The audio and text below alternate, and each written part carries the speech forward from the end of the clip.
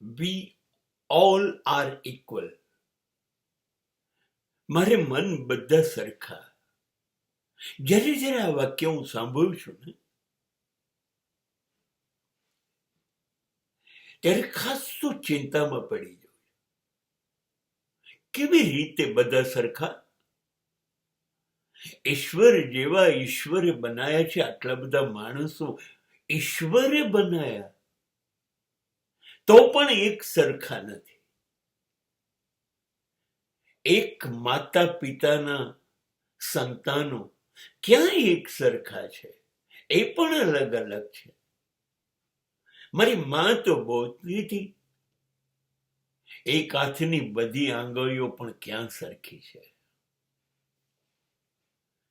નહીં, સરખું સમાન હોય જ ન શકે.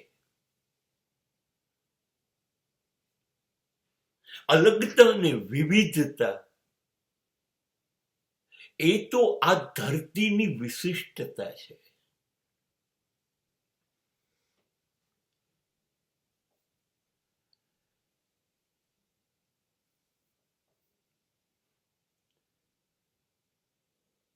ઈશ્વર બનાવે તો શું થઈ ગયું?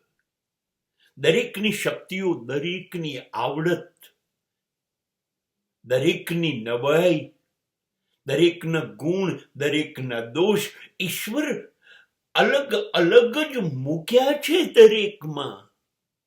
જુઓ ને, 800 કરોડ માણસો છે. કહેવાય છે બધાની ફિંગરપ્રિન્ટ લઈએ તો દરેકની ફિંગરપ્રિન્ટ જુદી આવે છે. એક સરખાપણું ઈશ્વરે પણ નથી મૂક્યું. બધાની જ આવડત, બુદ્ધિ, રૂપ બધું જ અલગ અલગ હોય છે. હા, બધાનું સરખું નહીં હોય.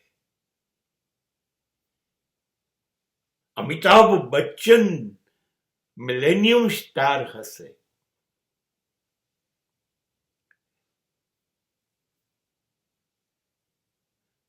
તો અસરાની પણ એ જ ઇન્ડસ્ટ્રીમાં હશે. અંબાણી હશે, અદાણી હશે, તો એ જ મકાનોની ફૂટપાથ પર જીવનારા, સવાર સાંજ માંગી ખાનારા પણ હશે. સાંભળ્યું છે મેડિકલની અંદર 98-99% માર્ક્સ લાવનારા વિદ્યાર્થીઓ છે. તો બોર્ડની એક્ઝામ 10, 12, 15 ટ્રાયલે પણ પાસ ન કરનારા માણસો પણ છે. એક જ વખત કહી દો અને એને યાદ રહી જાય, અને તમે ભૂલી જાઓ ત્યાં સુધી એને કીધા કરો તો પણ એને યાદ ના રહે. એક જણની રસોઈ જીવનભર સરખી રહે, અને એક જણની રસોઈ દિવસમાં જ અનેક વખત જુદા સ્વાદનો અનુભવ કરાય છે.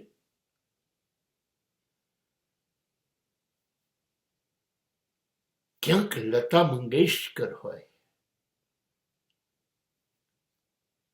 ક્યાંક મોહમ્મદ રફી હોય. એ સુરો બધા માણસો નથી. એ મીઠાશવા લોકો પાસે ગળું નથી. નહીં, બધા સરખા ન હોય, પણ છતાંય આપણે માન સન્માન તો આવડત મુજબ ના આપવું જોઈએ, માણસ મુજબ આપવું જોઈએ. એ માણસ છે ને, એ દરેક મહાન ન હોય, પણ એને માન, એનું સ્વમાન એ તો સચવાવું જોઈએ કે નહીં. પણ આપણે શું કરીએ છીએ? જ્યાં શ્રેષ્ઠતા હોય એને સૌથી વધુ સન્માન આપીએ છીએ, અને જેમ આવડત ઘટતી જાય એમ એનું સમાજમાં સન્માન બિલકુલ ઓછું કરી કાઢીએ છીએ.